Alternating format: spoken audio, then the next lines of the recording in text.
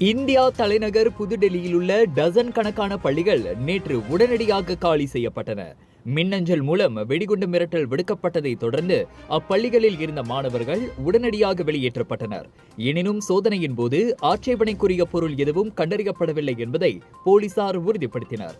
புதுடெல்லி மற்றும் அதை ஒட்டிய புறநகர் பகுதியான நொய்டாவில் உள்ள 50க்கும் மேற்பட்ட பள்ளிகளுக்கு அந்த வெடிகுண்டு மிரட்டல் விடுக்கப்பட்டதாக கூறப்படுகிறது.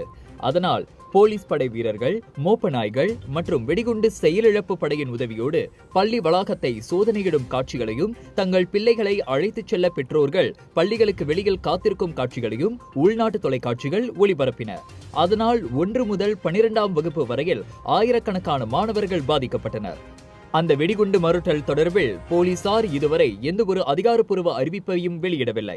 உரிய நடவடிக்கைகள் எடுக்கப்பட்டு வருவதால் மாணவர்களும் பெற்றோர்களும் பீதியடைய தேவையில்லை எனவும் பொறுமை காக்குமாறும் உள்துறை அமைச்சு கேட்டுக் கொண்டுள்ளது.